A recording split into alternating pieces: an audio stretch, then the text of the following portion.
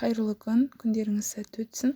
Бүгін сіздермен бірге өте дәмді болып шығатын қатпарлы қамыр мен шоколадтан небәрі 2 ғана заттан дәмді круассан дайындайтын боламыз.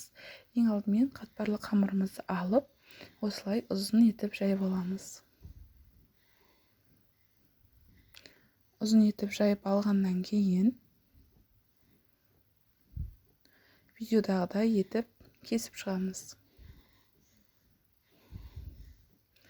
Шоколадтарымызды қойып, рогалики сияқты ораймыз.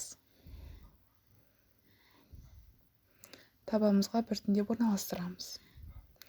Табамызға орналастырып болғаннан кейін бетін жұмыртқаның сарысымен немесе жұмыртқамен жағып шығамыз.